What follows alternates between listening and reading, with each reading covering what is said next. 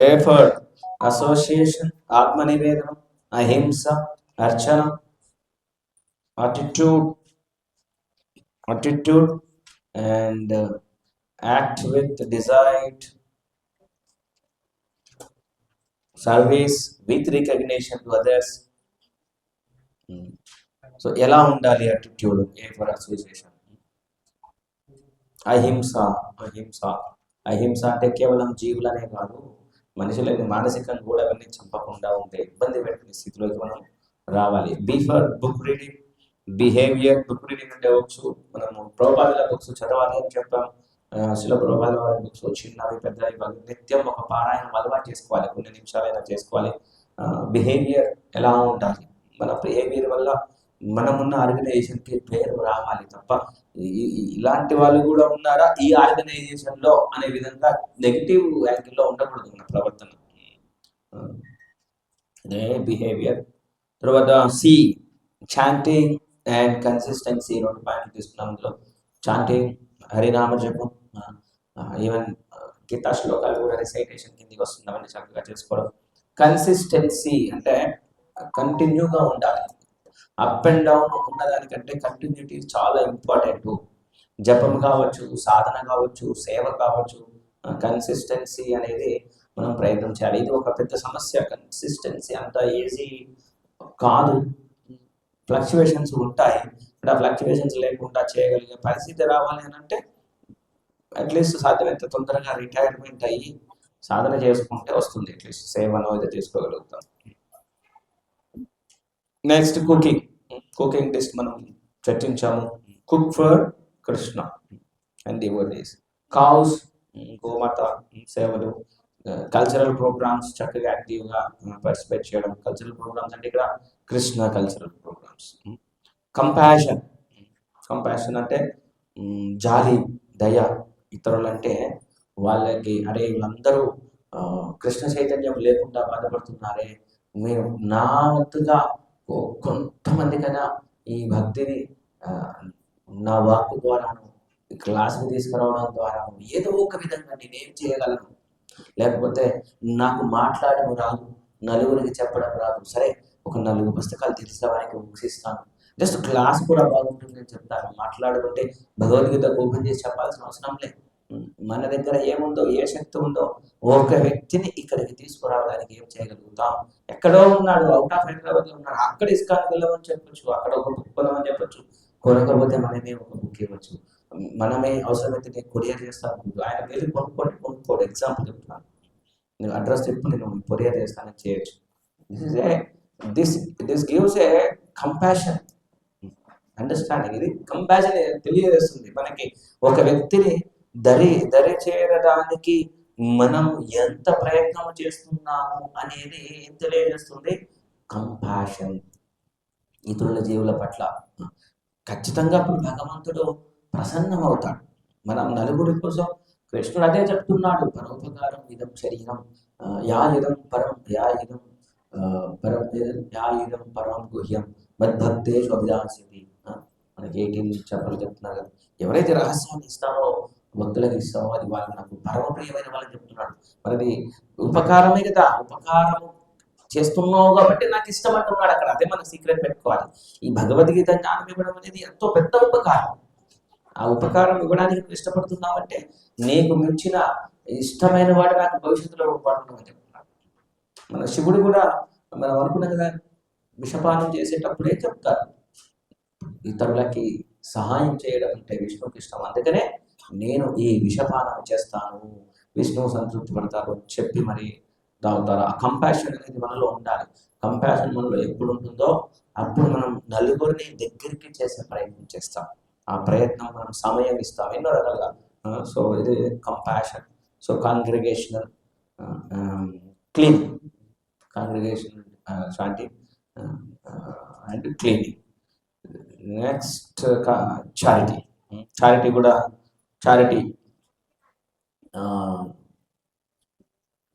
దానము, తపస్సు, యజ్ఞ దాన తప. యజ్ఞములు, దానములు, తపస్సులు ఎప్పుడు కూడా ఇది నత్యజే, ఎప్పుడు కూడా ఇవి వదిలిపెట్టకూడదు. నేను చాలా శుద్ధవంతుని, నేను మంచి భక్తుని అనుకున్నానే చేయాలని. ఎప్పుడు అవి మనల్ని శుద్ధంలో ఉంచుతాయి, ఇంకా శుద్ధ స్థితికి తీసుకొని వెళ్తాయి.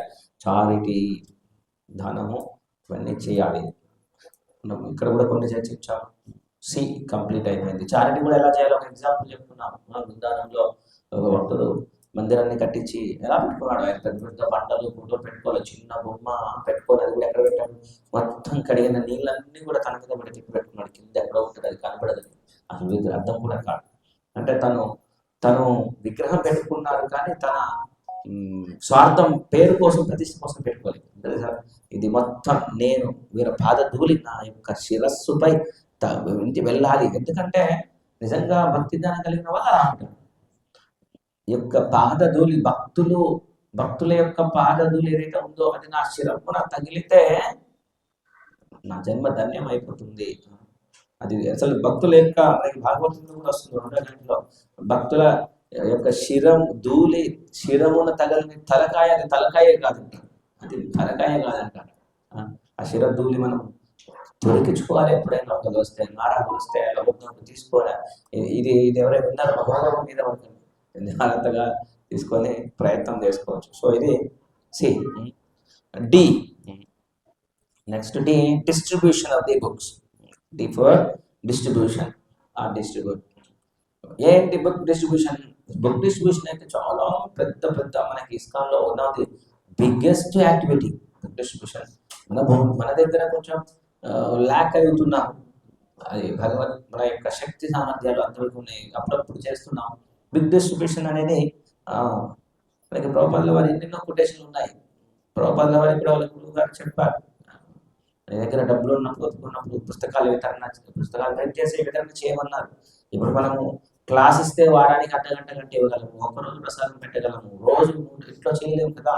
ఒక బుక్ ఉంటే ఎప్పుడో ఒకసారి టైం ఉన్నప్పుడు చదువుతాడు. ప్రభుపాదుల వారు చెప్తారు, ఒక్కసారి నువ్వు కష్టపడి ఒక బుక్ నువ్వు చేర్చగలిగితే ఆ బుక్ నడిపిస్తుంది, ప్రయాణం చేస్తుంది, అది ముందరికి తీసుకొని వెళ్తుంది. ప్రచారం అలాగే వెళ్ళిపోతుంది. బుక్ డిస్ట్రిబ్యూషన్ చేస్తూ ఉండండి అని చెప్తారు. ఈ బుక్ డిస్ట్రిబ్యూషన్ కూడా ఒక విధంగా మీరు సిలో కంపాషన్కి కలెక్షన్ పెట్టుకోవచ్చు.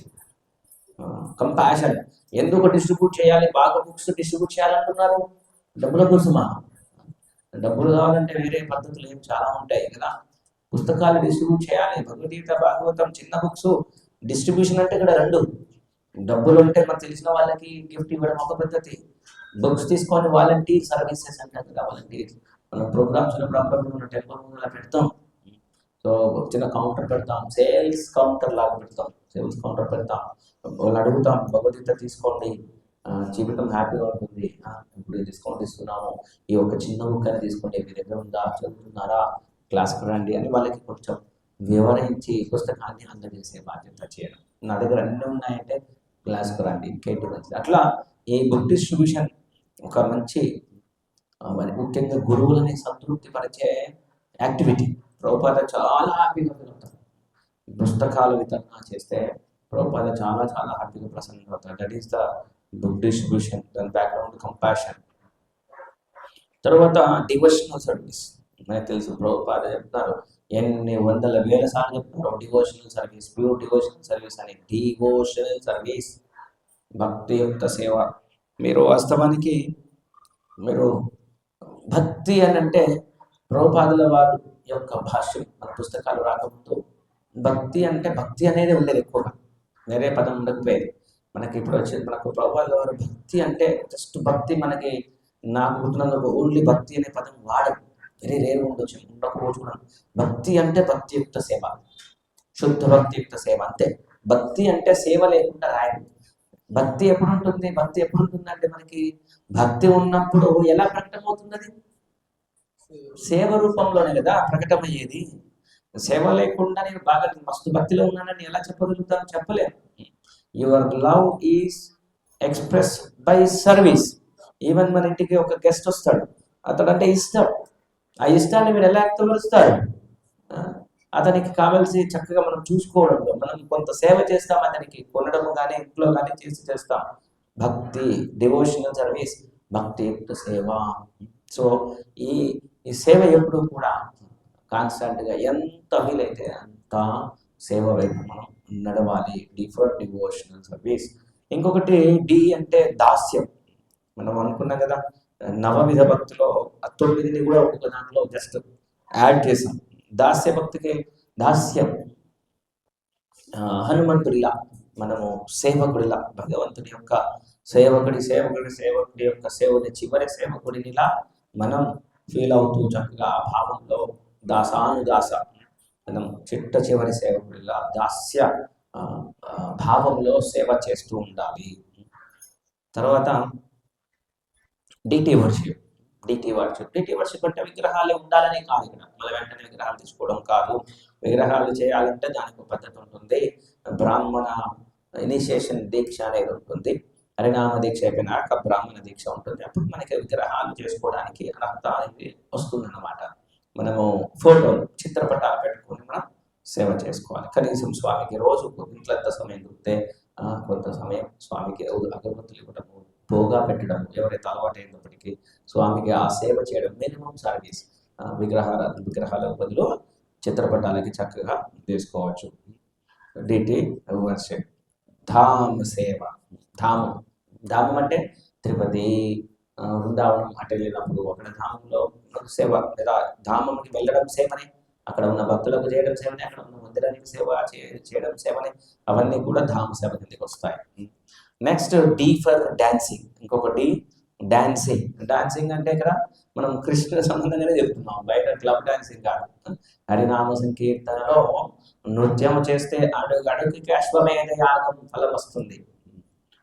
పాపాలు ఇలా ఎగిరిపోతూ ఉంటాయన్నమాట. హరి ముందల నృత్యం చేయడం అంటే అది అసలు మామూలు విషయం కాదు, అది మనకు అర్థం కాదు. కానీ హరి ముందు వచ్చినంతగా ప్రయత్నించడం, అడుగు వేయడం, ముందుకు వెనక్కి, మొహమాటం సిగ్గు అక్కడ పడితే మనం నష్టపోతాం. మనం ఆ మధ్యన హరి ముందు డాన్స్ వేయకపోతే ఏమవుతుందని విన్నా, మనకు గుర్తుందా? ఏమవుతుంది? కుంటివాడ 10 మంది డాన్స్ చేస్తుంటే చక్కగా కూర్చుంటే ఏమవుతాడు?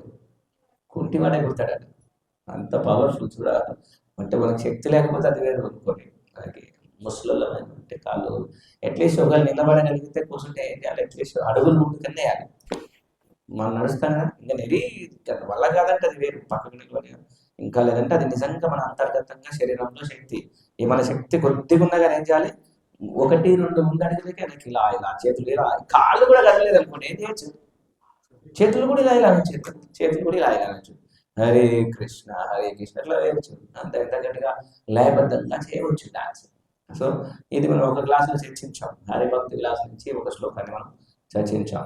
సో డాన్సింగ్ ఒకటి అందరూ చేస్తున్నప్పుడు చేయకపోవడం అపరాధం, అవకాశాన్ని ఉపయోగించుకోవడము దురదృష్టమే. భగవంతుడి ముందు ఆ నృత్యము అనేది భగవత్ సంతృప్తికి మనకి ప్రతి ఒక్క అడుగు కూడా మనకి లాభాన్ని కలిగిస్తుంది.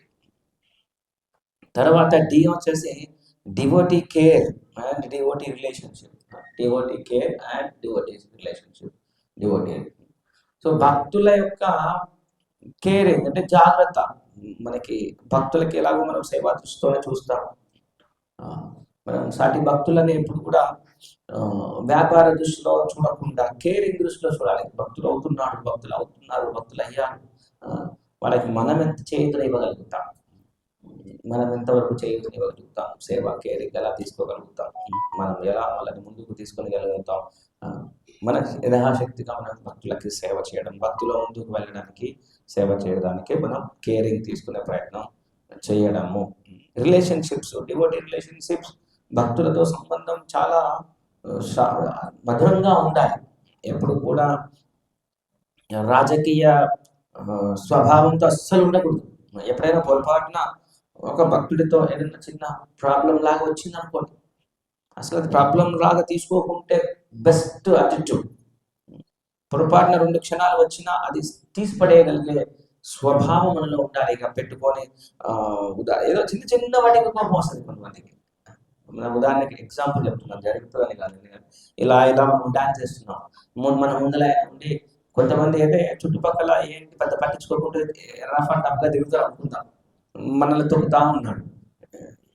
మనిషి ఇట్లా తున్నపోట్లాగా వెనక్కి ముందుకు వస్తా ఉన్నాడు అని ఆయన ముఖాన్ని గుర్తుపెట్టుకోవడం, అదే డిఫరెంట్గా చేస్తున్నాడు అనుకోవడం. ఇంకా ఆయన ఎప్పుడు ఆయన గురించి ఒక పిక్చర్ ఈయన కనపడంగానే వెనక ఊకే తొక్కుతా ఉంటాడు. మోస్తున్నావు దాన్ని, నీ గుండెలు ఏం చేస్తున్నావు? మోస్తున్నావు. నష్టం అవుతుంది మనకి. చాలా చిన్న చిన్నవే కానీ చిన్న చిన్నవే ఏమవుతుంది, నెత్తిన ఒక ఖాళీ డబ్బా పెట్టుకొని దొరికిందల్లా చిన్న చిన్న సీలలో ఇనుప ముక్కలు వేస్తే ఏమవుతుంది, ఆఖరికి ముక్కలు నెత్తిన బరువు అవుతుంది, మొయ్యలేరు, గుండె బరువు తట్టుకోలేదు. ఎందుకు అసలు నేను ఎగ్జాంపుల్ చెప్పాను, అలాంటివి మీకు జరిగినవి లేదు నాకు తెలియదు, సరదాగా చెప్పాను, జస్ట్ అట్లా అప్పటికప్పుడు ఎగ్జాంపుల్ నాకు వచ్చి చెప్పాను. ఇలా ఏదైనా ఒకటి మనం ఇక్కడికి వస్తున్నామనంటే మన సాటి భక్తులు కొత్తగా పరిచయం అవుతారు, పాత వాళ్ళే ఉంటారు, ఎన్నో రకాలుగా పరిచయాలు అవుతారు. ఏదో ఒకటి చిన్న చిన్న లోపం కావచ్చు, అతని లక్షణం కావచ్చు, నిజంగానే తప్పే కావచ్చు, ఏదైనా దాన్ని దాన్ని మనము లోపల మోసి మోసి మనకెందుకు, ఒకవేళ వ్యక్తిగతంగా మనకి ఇబ్బంది అయితే తెలియనట్టుగా ఉందాం, క్షమిద్దాం. అది వేరే వాళ్ళకి జరిగితే మన సంబంధం లేదు, అతనికి ఏమైనా సహాయం చేయగలుగుతామా చేద్దాం. అతన్ని నిజంగా చేసేది ఇబ్బంది అవుతుందా, ప్రభుత్వ దగ్గర తీసుకెళ్ళాలి. ఎంతవరకు మన పాత్ర అంతవరకే, పాత్ర దాటి మోసుకొని మనం వ్యక్తిగతంగా ఆయన లక్షణాల మీద ఎగ్జాంపుల్ చెప్తున్నాము. ఇప్పుడు రిలేషన్ అంటే అతన్ని మనం కోపంగా మాట్లాడడం కానీ, ఎప్పుడు కూడా ఒక ఆర్గ్యుమెంటేషన్ మోడ్లోకి ఎప్పుడు రావద్దు. డివోటీ పెట్టుకోండి, ఆర్గ్యుమెంట్ లాగా షౌటింగ్ మోడ్లో కానీ రఫ్ వాయిస్ కానీ అస్సలు రావద్దు. ఏదైనా జరిగి ఉండొచ్చు, దాన్ని సావధానంగా దాన్ని క్లోజ్ చేసేసారు. అలా ఎవరు సావధానంగా క్లోజ్ చేస్తారో he is on wonderful platform, very good. అంత ఈజీగా కాకపోయినప్పటికీ అది మనకి అట్లీస్ట్ గుర్తుండాలి. నేను ఒకసారి చెప్పానో లేదో, నేను ఒక క్లాస్లో విన్నాను, హైదరాబాద్ అబిడ్స్లోనే ఒక సంథింగ్ అట్లానే చాలా మంది దర్శనానికి వస్తుంటారు. అప్పుడు పెద్ద పెద్ద ప్రోగ్రామ్కి చాలా మంది వస్తారు, వేల మంది, కృష్ణా సంగతి 2 లక్షలు అట్లా కూడా వస్తారు. సో చాలా మంది వస్తున్న సమయంలో క్యూ కాంప్లెక్స్ సంథింగ్ ఒక వ్యక్తి వచ్చినప్పుడు ఒక డివోటీ వాలంటీర్తో గొడవ అవుతుంది, ఎగురుతున్నాడు. కొంతమంది బయట నుంచి వచ్చిన వాళ్ళు ఎట్లా ఉంటారు, మామూలుగా డివోటీస్కి అప్పుడప్పుడు ఇదే అవుతుంటారు, డివోటీస్ అనుకున్న పరిస్థితుల్లో. బయట నుంచి వచ్చిన ఎవరు బాగా ఎగురుతున్నాడు, రఫ్ ఉంటారు, చాలా ఎగురుతుంటారు కదా కొంతమంది, నన్ను ఇట్లా ఆపుతావు అని ఏదో సంథింగ్ బాగా ఎగిరి కోపం వస్తున్నాడు. ఆయన్ని కంట్రోల్ చేయడం అంటే కష్టమే పడుతుంది. ఒక డివోటీ ఎట్లా ఆపాడో తెలుసా, అందులో అసలు ఒక డివోటీ వెళ్ళి ఆయన కాళ్ళ మీద పడ్డాడు. ఆయన కాళ్ళ మీద పడితే ఎవరైనా తగ్గిపోతారు, కాళ్ళ మీద పడి అలా క్షమించండి అలా ఇలా కాళ్ళ మీద పడిపోయి అతని యొక్క కోపం శాంతింపజేశారు. అందరూ అది తీసి చేయలేరు ఆ సేవ. మరి అది అంత సావధానంగా చేయడం అంత ఈజీ కాదు. That is a wonderful quality. అది ఒక బిగ్ సేవ ఆయన అనుకున్నాడు, అతనికి దాని వాల్యూ తెలుసు, ఎక్కడ తగ్గాలో దానివల్ల లాభం ఏంటో ఆయనకు తెలుసు. సో అంత ఎక్కడో ఒక దగ్గర అనగల లీడర్స్ సృష్టించబడరు, ఉంటారు, వాళ్ళ యొక్క లక్షణాలు ఆటోమేటిక్గా ఉన్నప్పుడు బయటపడతాయి. అవి లీడర్షిప్ లక్షణాలు, అంతే తప్ప వేరే కాదు. లీడర్షిప్ అంటే it's not a domination, it is a presentation when it is required, coming forward when it is required, అది లీడర్షిప్ అనమాట. That is actual leadership. So కాబట్టి రిలేషన్షిప్స్ ఎప్పుడు కూడా చక్కగా సావధానంగా ఉండేటట్టు చూసుకోవాలి. ఎట్టి పరిస్థితుల్లో కూడా ఒక్కొక్కసారి సింపుల్ ఎగ్జాంపుల్ చెప్తాను, సరదాగా ఒక 10 మంది కూర్చొని మాట్లాడుతున్నాం ఇద్దరు. యాక్చువల్గా first of all chit chat సాధ్యమైనంత అవాయిడ్ చేయాలి. ఇది కూడా ఒకటి మనకి సీనియర్ ఒకటి చెప్తా పెట్టుకోండి. ఒక 5-10 మంది కూర్చున్నప్పుడు ఒక లిమిట్ దాటి డిస్కషన్ చేస్తే కూడా రిస్క్ ఎక్కువైతుంది. అందుకోసం ఇది వైష్ణవ ఎటిక్వేట్ అనేది ఒకటి పెట్టాము. ఆ ఎటిక్వేట్ దాటకుండా ఉండాలి ప్రతి అడుగు. ఇంతకుముందు గతంలో చెప్పాను, వైష్ణవ ఎటిక్వేట్, ఒక వైష్ణవుడితో ఒక డివోటీతో ఎలా ఉండాలో మనం రెగ్యులర్గా పరిచయం అయినప్పుడు మన ఇంట్లో కుటుంబం లోపల మనము రారా అనుకోకపోయినా ఒక ఈజ్ అంటాం చూసామా, ఫ్రీ లాంగ్వేజ్ ఉంటుంది చూసారా, జనరల్ అది ఈజ్ లాంగ్వేజ్ అంటాం, వితౌట్ ఎటిక్విటీ. మధ్యలో రిలేషన్. ఇప్పుడు వైష్ణవ ఎటిక్విటీ అంటే ఒక డివోటీ మనం ఎగ్జాంపుల్ మొదటి రోజు పరిచయం అయినప్పుడు ఎలా ఉంటాం, హరే కృష్ణ ప్రభు ఇక్కడి నుంచి అంటాం. క్లోజ్ అయినాక అవన్నీ పోయి మారుతుంటది. మనం ఎంత క్లోజ్ అయినా రిలేషన్షిప్ కంటిన్యూనే ఉండాలి, పెట్టుకుంటే. అప్పుడప్పుడు చెప్తున్నది, 2వ సారి 3వ సారి చెప్పాను, చాలా మంది లేదు. మనకు కనీసం విన్నప్పుడు అది గుర్తుపెట్టుకొని ఆ రిలేషన్షిప్, వైష్ణవ రిలేషన్షిప్స్ అనేవి ఎప్పుడు కూడా అలాగే ఉండాలి. హరే కృష్ణ ప్రభు అంతే, ప్రభు ఆ ప్రభుజీ వాటి అది దాటిపోకూడదు. గౌరవ రెస్పెక్ట్ఫుల్గా పలకరించుకోవాలి. క్యాజువల్ బిహేవియర్ ఎప్పుడు కూడా ఉండకూడదు. ఈ క్యాజువల్ బిహేవియర్ వచ్చినప్పుడు 5గురు కూర్చొని చిట్ చాట్ చేసినప్పుడు ఒక్కొక్కసారి క్యాజువల్ బిహేవియర్లో గొడవలు వచ్చేస్తాయి, గల్లా కూడా పట్టుకుంటారు. అందుకోసం ప్రతి క్షణం గుర్తుంచుకోవాలి, is a devotee, we are in the devotee environment. ఇప్పుడు అలా నలుగురు, ఓకే, అసలు ఇంకొక ఎగ్జాంపుల్కి వద్దాం. ఇప్పుడు అది వైష్ణవ ఎటిక్వేట్ కావాలి ఎప్పుడు అని చెప్తున్నాం. ఇప్పుడు ఒక 5 నలుగురు కూర్చున్నారు, ఏదో ఒక డివోటీ సంథింగ్ ఏదో ఇబ్బందో తప్పుగానో మాట్లాడమో ఇబ్బందో మనకి ఇబ్బంది కలిగించాడు.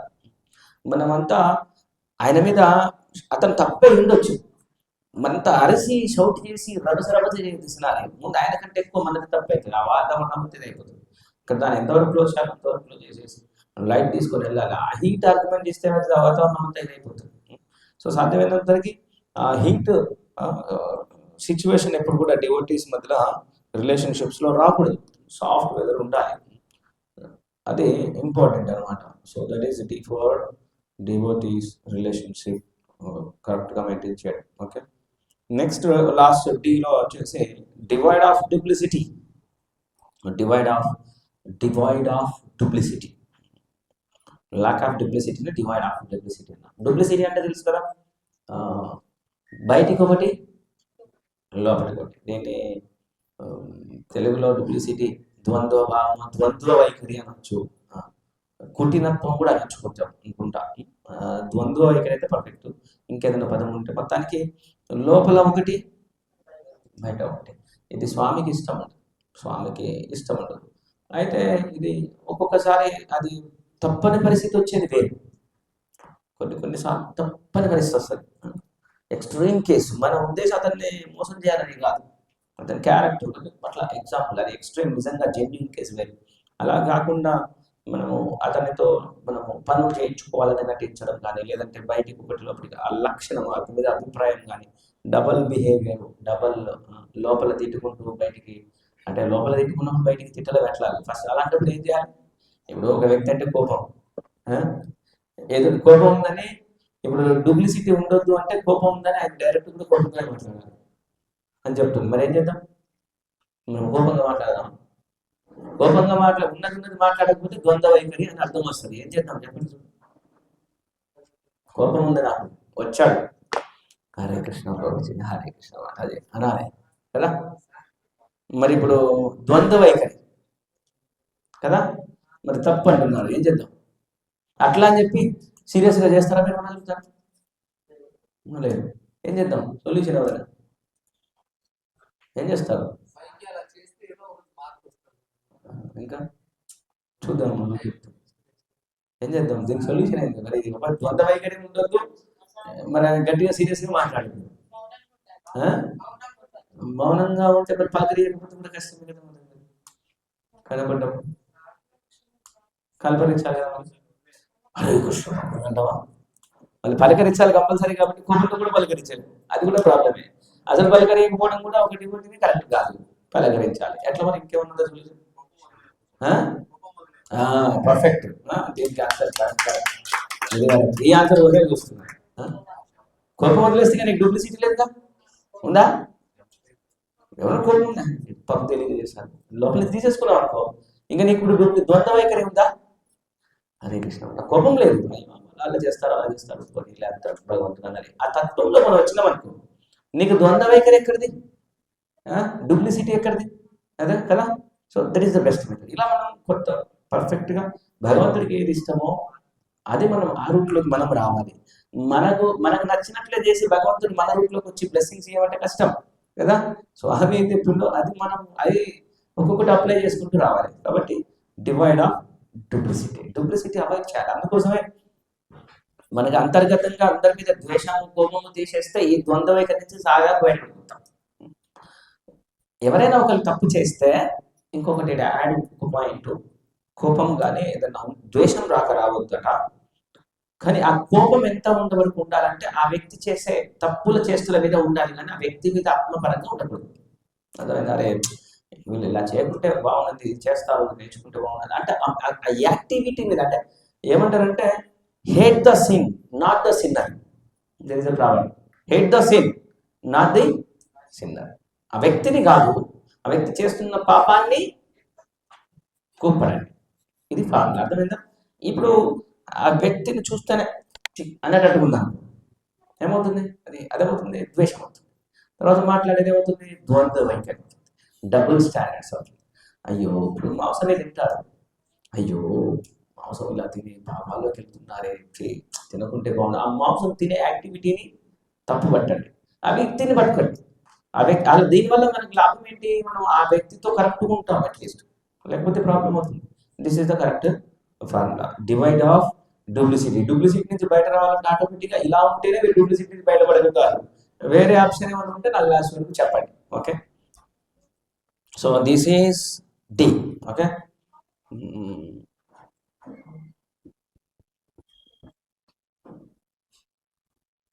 ఓకే, డివోషనల్ సర్వీస్ ఇందులో ఒకటి కూడా మనం చెప్పుకుందాం. సర్వీస్, సేవ. యాక్చువల్గా అలా కొన్ని చోట్ల కూడా ఇంపార్టెంట్ చెప్పుకోవచ్చు. సేవ ఏమన్నా గుర్తొస్తే అప్పుడు మనం ప్రయత్నం చేద్దాం. సేవ భక్తులకి, భగవంతుడికి సేవ. ఎవరికైనా ఏదైనా ఒక సేవ స్టోరీ గుర్తుందో చూద్దాం. అక్కడక్కడ వినుంటాం కదా మన క్లాసులలో. హెడ్డింగ్ చెప్తే చాలు, ఏమైనా సేవ గొప్పతనం ఎక్కడైనా గుర్తుంది. What how wonderful the services. మనం భక్తులకి భగవత్ సేవలు చేయడం ఎంత ఉపయోగం, ఎంత లాభం ఇస్తుంది అని ఏమన్నా స్టోరీ ఉంటుందా చూద్దాం. హెడ్డింగ్ చెప్పిన చాలు, భగవంతుడికి భక్తులకి. కరెక్టే, ఫలానా స్టోరీలో ఫలానా ఇలా జరిగింది అని చిన్న ఉంటుంది కదా.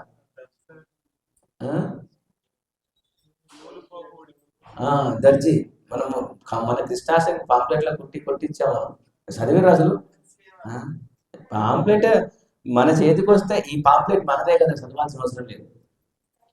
మన రెగ్యులర్ ప్రోగ్రామ్ అనే ఆయన చేసేది, ఇదే చదువుకుంటూ కూర్చుంటావా, ఇచ్చేస్తాం, మనం చదవాల్సిన అవసరం. అన్నిట్లో ఇచ్చాము ఆ స్టోరీ, సేవ గొప్పతనం ఎంత ఇది అని.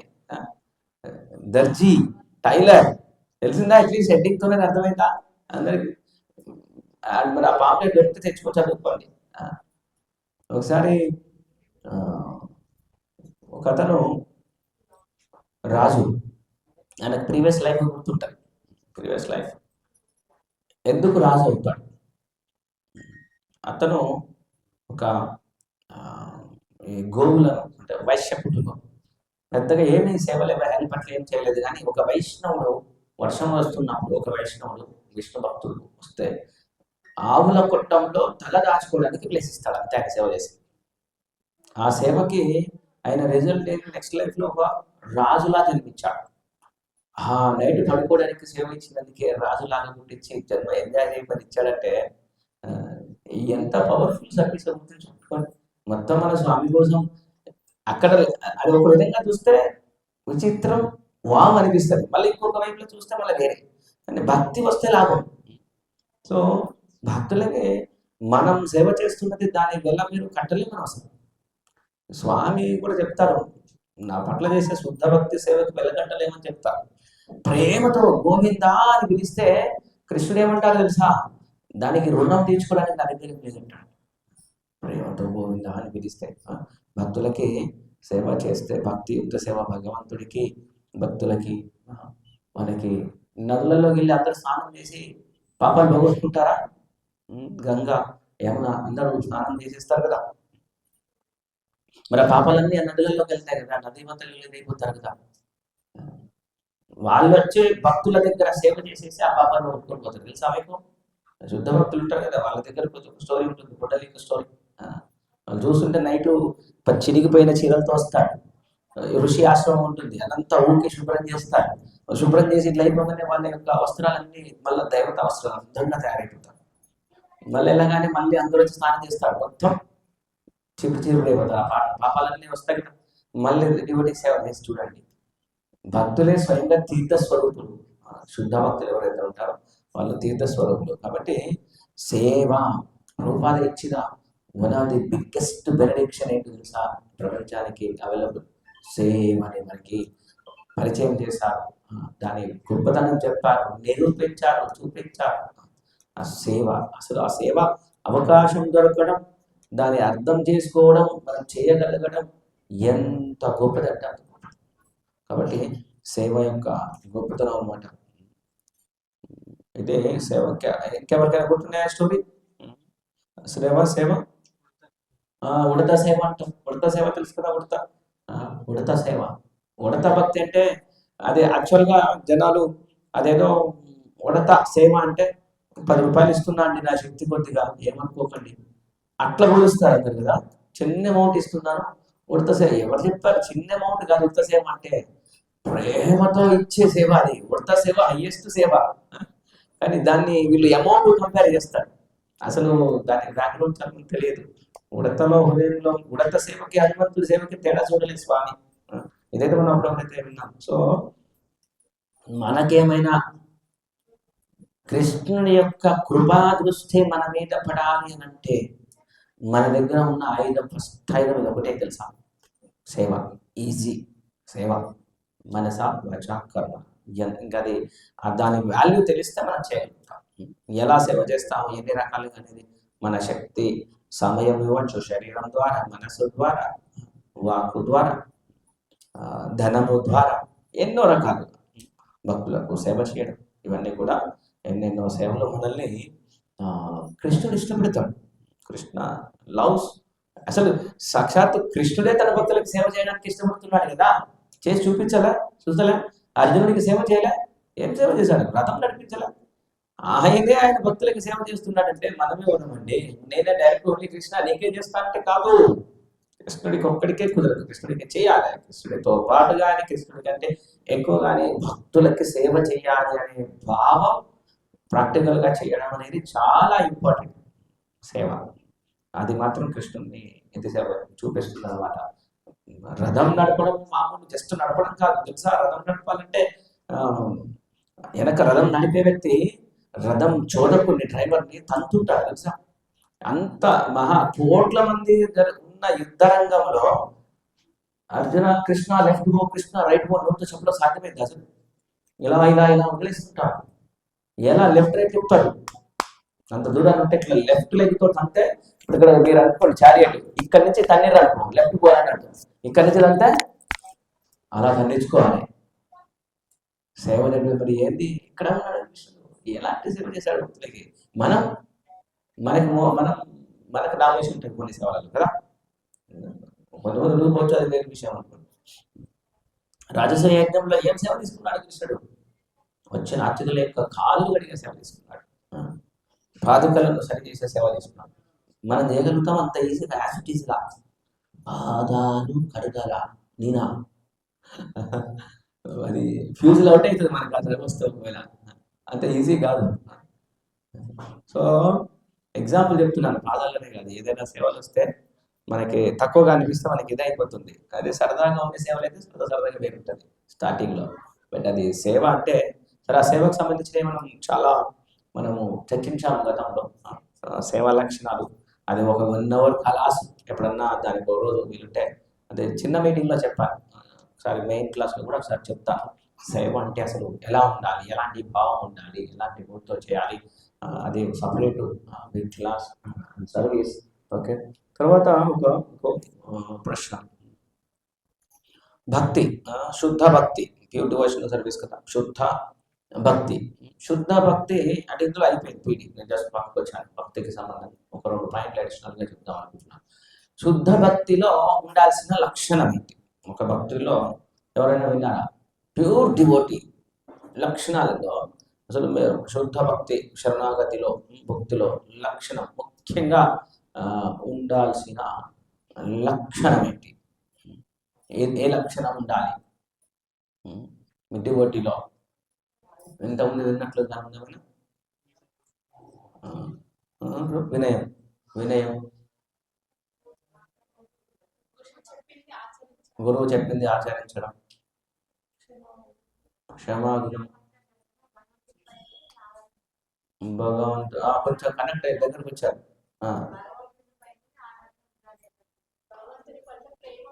ప్రేమ, ఆధారం. గీతమంతా సగం టచ్ అయ్యారు. భగవంతునిపై ఆధారపడడం అనేది కొంచెం ముందుకు తీసుకెళ్తాను. ఇంకెవరైనా చెప్తారా? దాన్ని ఎక్స్టెన్షన్ చేస్తే అయిపోతుంది కొద్దిగా. భగవంతుడు తప్ప రెండిట్లలో ఒకటి. ఇక్కడ కృష్ణుడు తప్ప అనాలి. కృష్ణుడు తప్ప 2 పాయింట్స్ అనుకున్నాను నేను. రెండిట్లో ఒకటి టచ్ అయింది. మాతాజీ చెప్పినట్లు కొంచెం ముందుకు వెళ్తే కొంచెం వివరణ చేస్తే పదం వచ్చేస్తారు.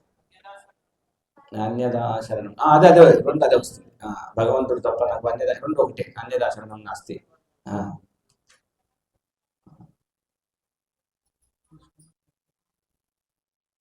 ఆధారపడటం అంటే ఏంటి ఇక్కడ? ఎప్పుడు ఆధారపడతాం? మీతో నేను చెప్పే ప్రయత్నం చేస్తాను. ఎప్పుడు ఆధారపడతాం ఆయన మీద? ఆయన రక్షిస్తాడో నమ్మకం ఉంటేనే కదా. ఆ పదం కోసం చూస్తున్నాను. మామూలుగా వచ్చిన రాకుండా ఫస్ట్ భగవంతుడు నన్ను రక్షిస్తాడు, ఇది సంపూర్ణ విశ్వాసం ఉండాలంట భక్తుడి లక్షణం. మనం నిజంగా భక్తుడి లక్షణం ఉండాల్సిన దాంట్లో ఒకటి ఏంటంటే ఎస్ కృష్ణ కెన్ ప్రొటెక్ట్. ఇప్పుడు మనము అమ్మాయిని పెళ్లి చేసినప్పుడు ఆ భర్త నన్ను కాపాడుతాడు అనే నమ్మకం ఉంటుందా? కొద్దిగా నమ్మకం లేకపోతే కష్టం కదా, అది వేరే ప్రాబ్లం. చిన్న పిల్లగాడు ఉన్నాడు, వాళ్ళ మమ్మీ డాడీ కాపాడుతారని వాడికి 3 నెలల బాబు కూడా తెలియలేదు. అమ్మ నాన్న రిలేషన్ తెలియకపోయినా దిస్ బాయ్ దిస్ గర్ల్, వాళ్ళ బాయ్ గర్ల్ కూడా తెలియదు, మన భాషనే చెప్పడం దీస్ ఆర్ మై ప్రొటెక్టర్స్. ఆ ప్రొటెక్టర్స్ వాడు కూడా తెలియదు. సమ్ కైండ్ ఆఫ్ వాడికి ఆ భావన కదా, వీళ్ళు నా యొక్క శ్రేయోభిలాషులు అని అర్థమైందా కదా. ఈవెన్ స్పర్శ ద్వారా కూడా అర్థమవుతుంది మనకి. ఇంత చిన్న పిల్లలకి ఇంకా భాష రాదు కదా. ప్రొటెక్టర్స్, వీళ్ళు నా రక్షించిన వాళ్ళు అని అర్థమవుతుంది.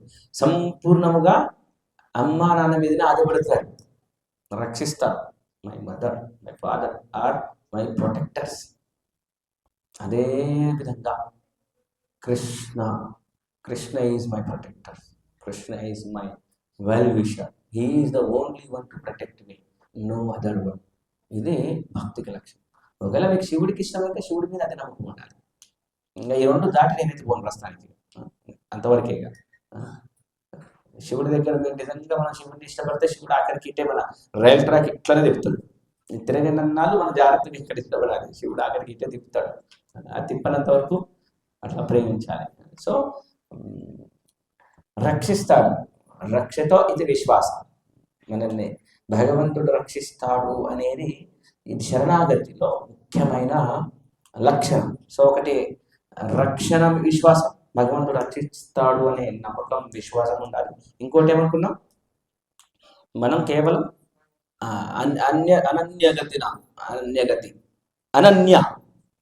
అన్యము అంటే ఇతర, అనన్య అంటే రివర్స్, ఎవరు లేరు, only అనన్యగతి, only Krishna, Vishnu Krishna.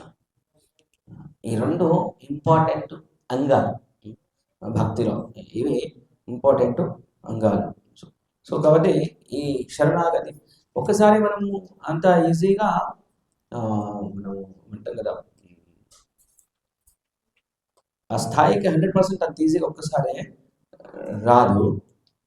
But అదొకటి అట్లీస్ట్ మనకు ఉండాలి.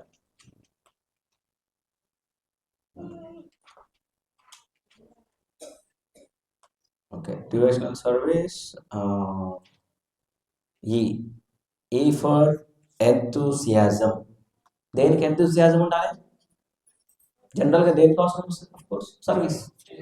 Service, enthusiastic service, enthusiasm in the service, ఉత్సాహం అనమాట. Enthusiastic in the service. So ఉత్సాహపూరితమైన సేవ మనం చేస్తున్న దాంట్లో ఉత్సాహంగా ఉండాలి. అంటే ఉత్సాహంగా ఉండాలి అని అంటే ఎలా ఉండకూడదు అని అర్థం? యాంత్రికంగా ఉండకూడదు అని అర్థం. It should not be a mechanical way of service. సేవ చేస్తున్నాము అని అంటే ఉత్సాహము ఆనందము ఉండాలి తప్ప మెకానికల్ సర్వీస్ చేస్తే ఏమైందో తెలుసా? చెప్పండి. అలసిపోతాము. ఇంకా తర్వాత ఓకే, ఫలితం అంటే ఎట్లా కనబడదు, పెద్ద టెన్షన్ లేదు, సంతృప్తి ఉండదు, ఇంకా ఫ్రస్ట్రేషన్ వస్తుంది. If you don't do loving service, first you will get frustration. First వచ్చే ప్రాబ్లం ఏంటి? ఫ్రస్ట్రేషన్ వస్తుంది. అంటే సింపుల్, దర్ ఈజ్ డౌటే లేదు. అంటే లవింగ్ సర్వీస్ లేనప్పుడు వచ్చేది ఏంటి? ఇప్పుడు చెప్పాను కదా, ఏమొస్తుంది? ప్రేమతో యాంత్రికమైన సేవ కాకుండా ప్రేమతో సేవ చేయకపోతే ఏమొస్తుంది? ఫ్రస్ట్రేషన్ వస్తుంది. అంటే అర్థమైంది ప్రేమ సేవ అంటే ఇటైనా అంటే అర్థం ఇదే కదా, ఇటు నుంచి వచ్చిన ఇటు నుంచి. అంటే మనం లవింగ్ సర్వీస్ చేస్తలేము. లవింగ్ సర్వీస్ చేయనప్పుడు ఏమవుతుంది? నేను అదే అడుగుతున్నాను, కొత్తగా అడగట్లేదు. మళ్ళీ ఏమైనా ప్రశ్న అడుగుతారని మీరు కంగారు పడకండి. మిమ్మల్ని మీ మైండ్లో కూర్చోబెట్టే ప్రయత్నం చేస్తున్నారండి. ప్రేమతో సేవ చేయకపోతే ఏమవుతుంది? ఫ్రస్ట్రేషన్ వస్తుంది. ఫ్రస్ట్రేషన్ వచ్చినప్పుడు దాని అర్థం ఏంటి? ప్రేమతో సేవ చేయట్లేదు ఆయన. అంటే ఎలా సేవ చేస్తున్నాడు అని అర్థమైనా యాంత్రికంగా చేస్తున్నాడు. అంటే అతనికి సేవ గొప్పతనం తెలుసో తెలియదో మనకు తెలియదు. ఆయనకు తెలియకుండా ఇప్పుడే ఈ రోజే మన క్లాస్కి వచ్చి ఉత్సాహంగా సేవ చేస్తుండొచ్చు ఎగ్జాంపుల్. అప్పుడేమైతే ఫ్రస్ట్రేషన్ వస్తుంది, ఇంకా సేవ గొప్పతనం తెలియదు కాబట్టి. ఎగ్జాంపుల్ సరే చాలానే చేస్తున్నాడు, సేవా లెక్చర్స్ ఎన్నో విన్నాడు, తక్కువ వస్తుంది కోపం, ఫ్రస్ట్రేషన్ వచ్చింది అంటే అర్థమైంది అది ఎక్కడో ఆయన రైల్ ట్రాక్ దిగింది, ఆయనకే తెలియదు. గుర్తుపెట్టుకోండి, ఇది చాలా ఇంపార్టెంట్, గోల్డ్ లెటర్లో పెట్టుకోండి.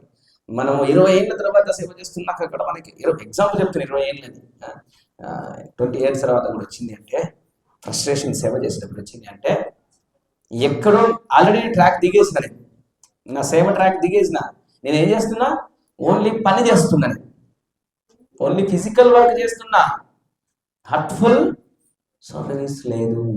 ఫ్రస్ట్రేషన్ వస్తుంది సేవ మీద. ఇది గుర్తుపెట్టుకోండి, ఫ్రస్ట్రేషన్ వచ్చిందంటే we are doing service mechanically. Already అదే విత్ లవింగ్ సర్వీస్లో ఎంజాయ్మెంట్ ఉంటుంది, బ్లెస్ ఉంటుంది. ఆ సేవలో ఒడిదుడుకులు వస్తే అసలు దాన్ని ఏం చేయలేము. ఇప్పుడు చిన్న మంట వచ్చింది అనుకోండి, ఫైర్ ఇంజన్ వాటర్ కొడితే ఆ మంట అసలు లేస్తుందా? ఫైర్ ఇంజన్ పైప్ ఉంది, ఓకే, మంట లేసింది, అసలు మంట లేస్తుందా కొడితే? ఇంకా స్టార్టింగ్లోనే అసలు మంట కాదు కదా, ఇదైపోతుంది. మన హృదయంలో ఫైర్ ఇంజన్ లాంటి సేవ, లవ్ ప్రవృత్తి ఉంటే ఆ సేవ చేస్తున్నప్పుడు వచ్చే ఒడిదుడుకులో స్థాయిని బట్టి కొంతమందికి ఏమో ఒడిదుడుకులే కనబడవు. ఆయనలో ఫైర్ ఇంజిన్ ఎలా ఉంది అంటే ఇలా ఆన్ అయ్యి ఉంది, అసలు ఫైర్ ఆడేలుగుతుంది, అగ్గి పెట్టేయగలరు. కొంతమందికి ఎలా ఉంటుందంటే ఫైర్ వస్తుంది, తర్వాత తీస్తాడు, ఆ జ్ఞానాన్ని కొద్దిగా బయటికి తీస్తాడు అనమాట. అట్లీస్ట్ ఇది కూడా బెటరే. ఎగ్జాంపుల్ చెప్తున్నా, ఫ్రస్ట్రేషన్ అస్సలు రాకపోవడం హై కేటగిరీ, వండర్ఫుల్ కేటగిరీ. వస్తుంది, వెంటనే జ్ఞానాన్ని బయటికి తీసుకొచ్చి జాగ్రత్తగా మనం వెంటనే అలర్ట్ అయిపోయి, నేను దేనికి సేవ చేస్తున్నాను. ఇప్పుడు సేవ చేస్తున్నామంటే సుఖంగా ఉంటుంది ఆ సేవ. బుక్ డిస్ట్రిబ్యూషన్కి వెళ్దాం ఎగ్జాంపుల్. ఎవరో ఒకరు కొంచెం వాటిగా మాట్లాడతారు, వీళ్ళందరూ వేస్ట్గా ఉన్నారండి సేవ చేయడం వల్ల, రేపటి నుంచి రాను. And our service is not a loving service. We are under frustration, little frustration. We are not ready to accept small.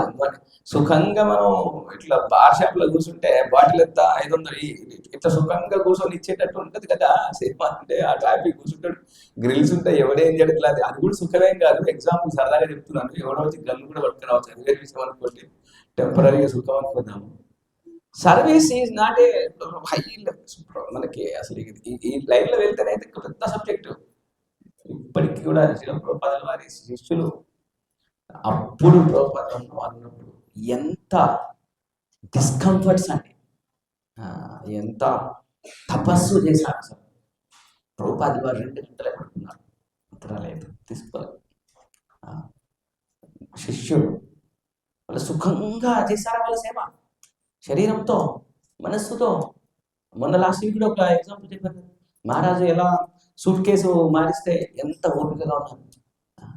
ఒకసారి భగవద్గీత డిస్ట్రిబ్యూషన్ ఒక ఆయన చేస్తుంటే ఒక ఆయన కొట్టేశాడట అసలు చంపల మీద.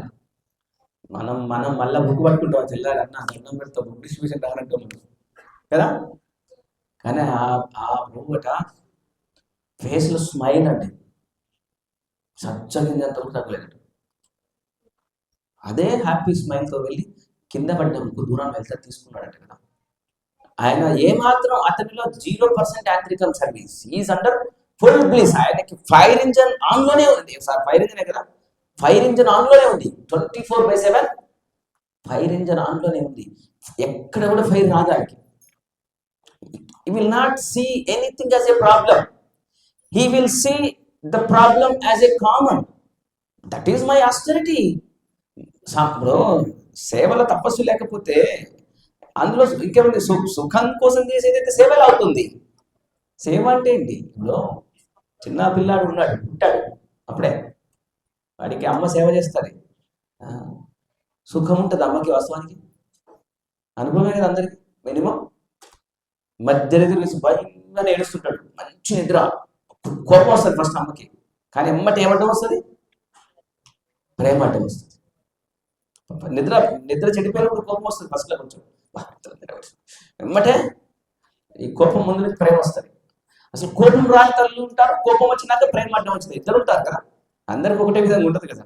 ప్రేమ కామన్ అందరికి ఉంటుంది, ఫస్ట్ వాళ్ళ కోపం వచ్చి ప్రేమ కనిపించి కోపం వెనక్కి పోతుంది. కొంతమందికి అసలు కోపమే రాదు, నిద్ర కావడంతో ఎందుకంటే ఎదురు చూస్తారు ఎప్పుడు సేవ చేయాలి. ఈ రెండు కేటగిరీస్ ఉంటాయి కదా. మరి అక్కడ తపస్సు ఉంది కదా, ఆడ నాకు కోపం రాకపోతే ఎవరికి, ఇక్కడ ఎందుకు వస్తుంది నాకు కోపం? That is the difference. So ఇక్కడ భగవంతుడి పట్ల మనకి ఇంకా మనం ఆ స్థాయిలోకి రాలే, శరణాగతి స్థాయి, ఆ సేవని ఎంజాయ్మెంట్ చేసే ఫేజ్ రాలే ఇంకా.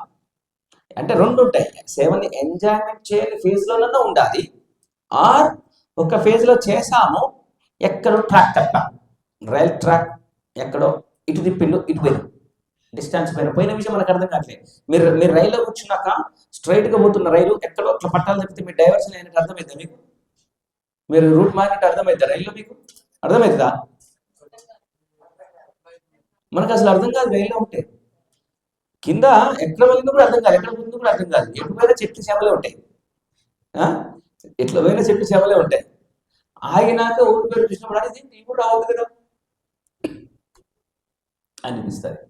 సో అట్లా మనము ఆ ఫ్రస్ట్రేషన్ ద్వారా మనం ఐడెంటిఫై చేయాలి మనం ఏ స్టేజ్లో ఉన్నాం. సేవ చేస్తున్న వాళ్ళం అయితే అప్పుడప్పుడు 10 మాసాలకు ఒకసారి అలా అలా 2 సాంబార్ ముక్కలు వేసే సేవలు పెద్ద టెన్షన్ లేదు, వాళ్ళకి వచ్చే టైంలో సాంబార్ వచ్చేస్తారు, రాని టైంలో అది వస్తుంది, అది పెద్ద ప్రాబ్లం కాదు. కానీ మనం if we are serious seekers of Krishna consciousness, మనం సీరియస్గా ఉన్నాము భక్తిలో అనుకున్న వాళ్ళకి ముఖ్యంగా అప్లై అవుతాయి. వెరీ స్టార్టింగ్ అంటే ఒక టైం ఉంది, అట్లీస్ట్ ఫ్యూచర్ కోసం అయినా అర్థం చేసుకొని సేవ చేయాలి అని ముందు డిసిషన్ తీసుకొని సేవలకు వెళ్ళినప్పుడు అది వేరు. ఇప్పుడు మనం ఇదంతా మాట్లాడేది ఆల్రెడీ మనం ఐఎమ్ డూయింగ్ సర్వీస్ అన్నప్పుడు ఎలా ఉండాలి, ఈ ఫ్రస్ట్రేషన్ రాని స్టేజ్. కాబట్టి సేవ లక్షణాలు ఏంటి, అందులో తపస్సు అనేది ఉంది. సేవ అంటే ఫస్ట్ తపస్సు, ఏమి ఎక్స్పెక్టేషన్ ఉండకుండా మనం చేస్తాం, ఏమి ఇందులో ఎలాంటి అసౌకర్యాలు ఉండకూడదు నా సేవలో అనే స్థితి రాదు.